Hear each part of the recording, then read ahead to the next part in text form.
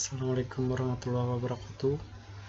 Saya Jahar, NKM 19630756.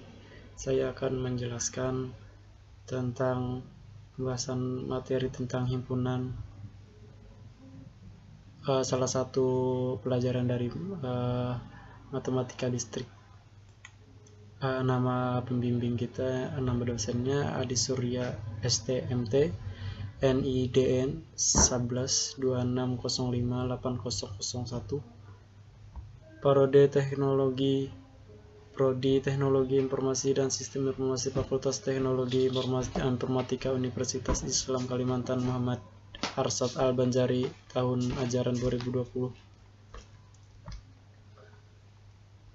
Baiklah, langsung saja kita ke pembahasan, yaitu himpunan.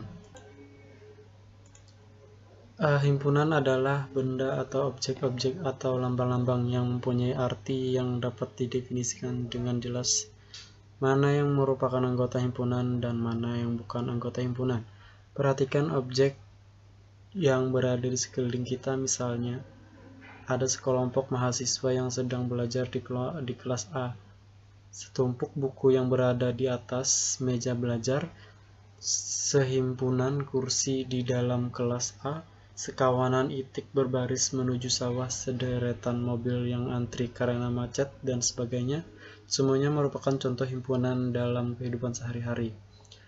Jika kita amati semua objek yang berada di sekeliling kita yang dijadikan contoh di atas, dapat didefinisikan dengan jelas dan dapat dibedakan mana anggota himpunan tersebut dan mana yang bukan. Himpunan makanan yang lezat, himpunan gadis yang cantik, dan himpunan bunga yang indah adalah contoh himpunan yang tidak dapat didefinisikan dengan jelas. Lezatnya makanan, cantiknya gadis, dan indahnya bunga bagi orang-orang relatif.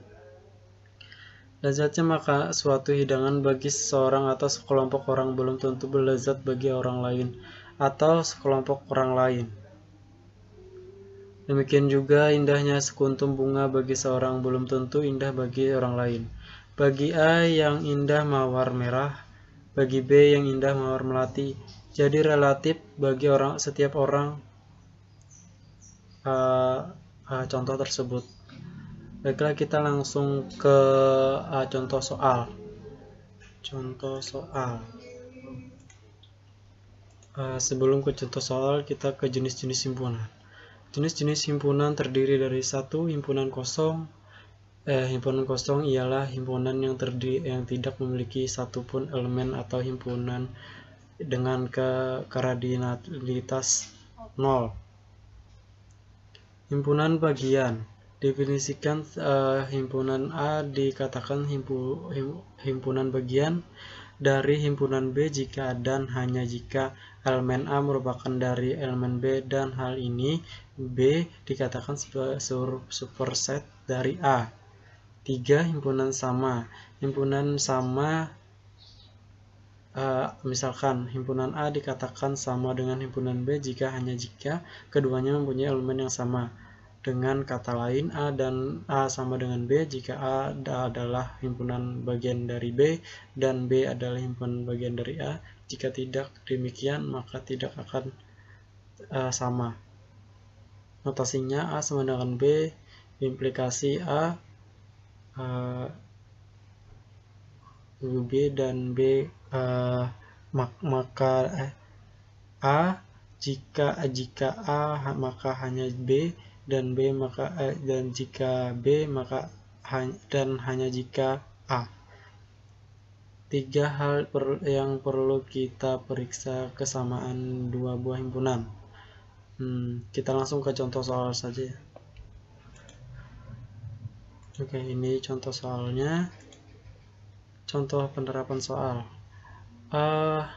400 orang mengakses informasi melalui koran, 560 orang mengakses informasi melalui TV, 340 orang mengakses informasi melalui internet, 205 orang mengakses informasi melalui koran dan TV, 175 orang mengakses informasi melalui TV dan internet, 160 orang mengakses informasi melalui koran dan internet, 155 orang mengakses informasi melalui ketiganya. Pertanyaannya A. Jika total mahasiswa perguruan tinggi 1100, berapa orang yang tidak mengakses dari ketiganya? B. Berapa orang yang tidak mengakses informasi melalui dua media saja? C. Berapa orang yang mengakses informasi melalui satu media saja? Jawab.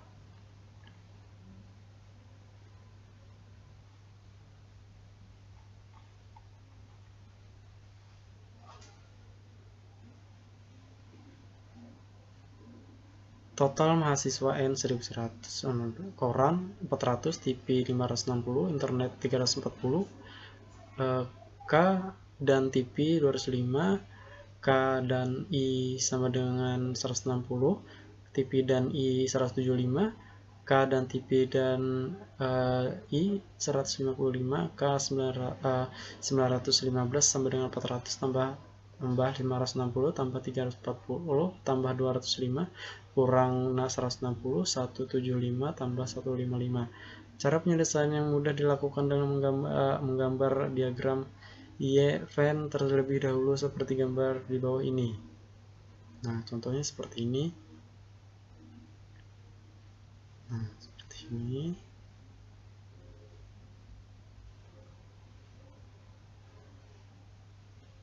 Nah, dijawab seperti ini. Inilah contoh jawabannya yang saya kerjakan. Oke, langsung ke kesimpulan kita. Kesimpulannya, 1. Himpunan adalah kumpulan benda atau objek-objek atau lambang-lambang yang mempunyai arti yang dapat didefinisikan dengan jelas mana yang merupakan anggota himpunan dan mana bukan anggota himpunan. 2. Dengan mempelajari himpunan diharapkan kemampuan logika dan akan semakin terasah dan memacu kita agar kita mampu berpikir secara logis. 3. Contoh penerapan himpunan matematika sangat banyak dalam kehidupan sehari-hari, diantaranya untuk menghitung survei seperti contoh di atas. Terima kasih.